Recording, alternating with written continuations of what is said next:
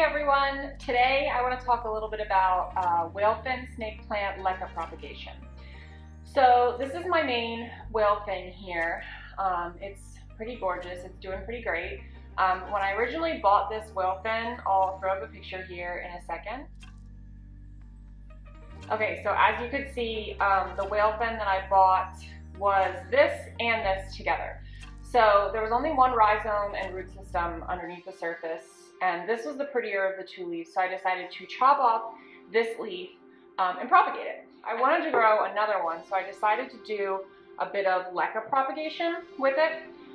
So this is how it looks now. For a while, I just cut the leaf and I put it in a vase with water because I've done that with snake plants before. They're super easy to propagate, so I had read that these were also easy to water propagate. But it was like weeks and weeks and I wasn't getting any progress on it.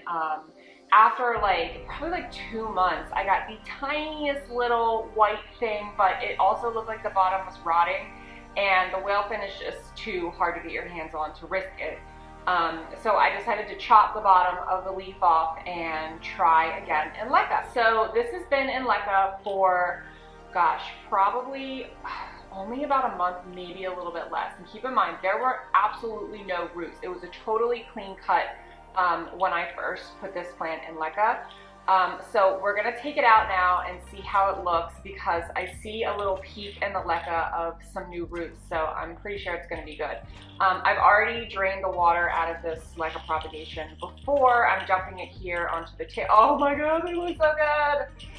So this is how the roots are looking in LECA. Wow, they look really, really good. Okay, so here's how to actually set up a LECA propagation. Now these LECA clay balls, they come dry, and you want to soak them just to get them nice and wet and clean off any extra clay silt from them, and then put a little layer in the bottom of a jar. I like to use clear so you can monitor some of the root growth as it starts to grow between the clay balls.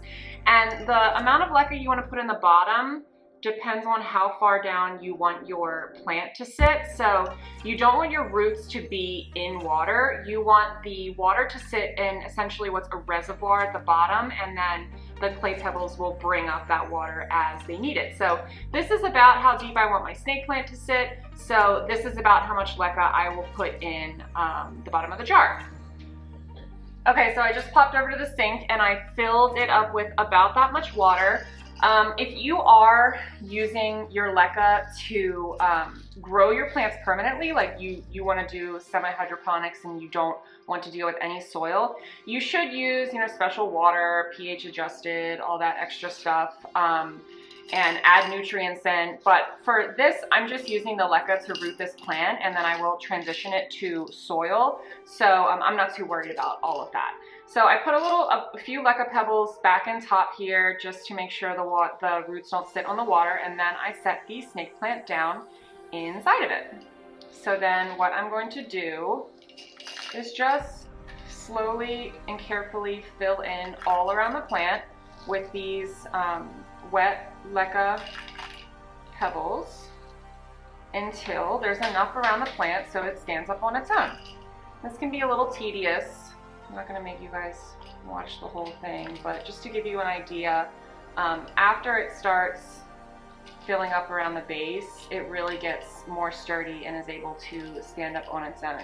And when I'm working with LECA, I do like to work on top of a towel like this, not just to protect the work surface, but because it prevents the balls from rolling away as easily as it would on a tabletop or a counter.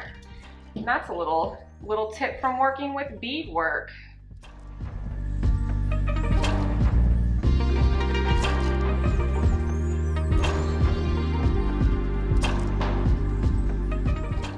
Alright, and that is my LECA snake plant whale fin propagation process. I'm hoping pretty soon that this guy will look like this guy, and I will have two because I love the whale fin snake plants.